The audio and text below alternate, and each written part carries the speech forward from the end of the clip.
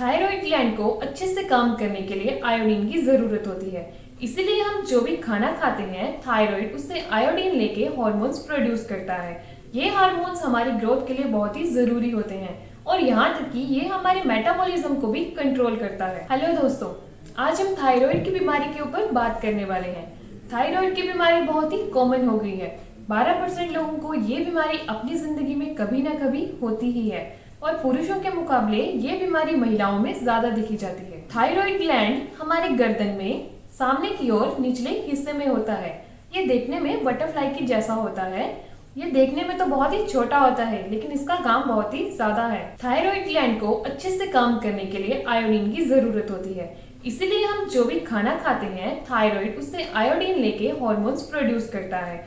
ये हार्मोन्स हमारी ग्रोथ के लिए बहुत ही जरूरी होते हैं और यहाँ तक कि ये हमारे मेटाबॉलिज्म को भी कंट्रोल करता है। जब आपका थायराइड अच्छे से काम करता है तो वो आपके हार्मोन्स को कंट्रोल करके रखता है। थायराइड की प्रॉब्लम तब आती है जब हार्मोन्स या तो बहुत ही ज्यादा बनना शुरू हो जाएं या बहुत ही कम बने। इसीलिए थायराइड को दो भागों में बांटा गया है। जब हार्मोन्स का लेवल बहुत ही ज्यादा बढ़ जाता है तो उसे हम हाइपरथायरॉयडिज्म कहते हैं और जब हार्मोन्स का लेवल बहुत ही कम हो जाता है तो उसे हम हाइपोथायरॉयडिज्म कहते हैं। हाइपरथायरॉयडिज्म में इंसान को घबराहट होती है, उसे गर्मी ज्यादा लगती है, उसको पसीना ज्यादा आता है और यहाँ तक कि हाथों में कंपन और मसल पेन भी होती है। जबकि हाइपोथायरॉयडिज्म में इंसान को ठंड ज्यादा लगती है, उसका वेट गेन होता है, हेयर लॉस होता है और यहाँ तक कि उसकी स्किन भी बहुत ही ड्राई हो जाती है। थायराइड होने के कुछ कारण हो सकते हैं, जैसे ज्यादा स्ट्रेस लेना, खाने में आयोडीन की कमी होना, खाने में विटामिन B12 की कमी होना जिससे आपको हाइपोथायरॉयडिज्म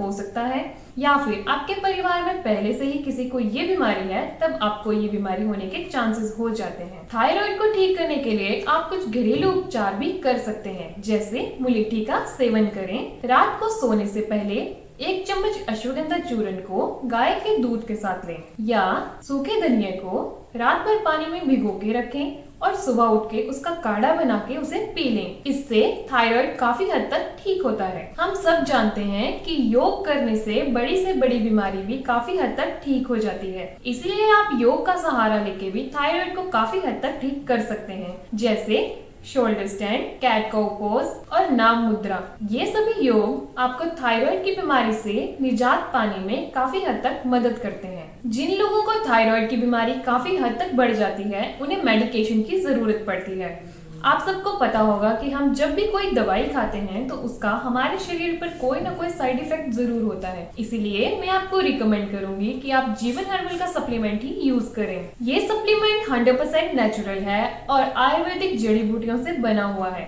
इसका आपकी बॉडी पे कोई भी साइड इफेक्ट नहीं होता है। इसीलिए इस सप्लीमेंट को मंगवाने के लिए आप डिस्क्रिप्शन में दिए गए नंबर पे आज ही कॉल करें।